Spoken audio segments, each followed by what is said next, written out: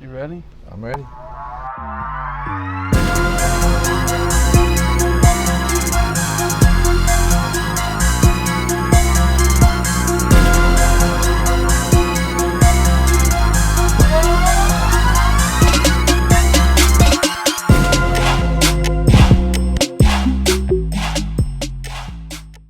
Welcome back to another episode of the Buckner Group Show.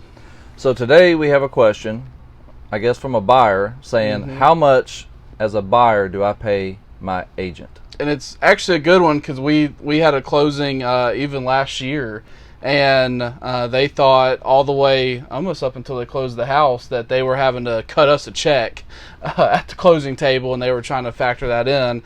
So when we let them know that most of the time, and especially in their case, that the buyer is not paying the agent, right, they were pretty relieved that they weren't having to write an extra check as well. And that is because normally the seller, so when a house is listed with another agent, the seller's agent is actually splitting that commission with the buyer's agent. So that's covered. So we're actually being paid normally by the seller. Now, obviously there's some cases, like if a house is for sale by owner and there isn't an agent, where a buyer may have to pay the commission, but that's just all depending on how the agreements and contracts are written up. That's right, and your agent should tell you that before you even go see that for sale by owner. Yeah, normally what should be is that should be all in writing when you sign a agreement with an agent, to go see houses with them, I guess it would be. That's right. But for the most case, 90+% of the time,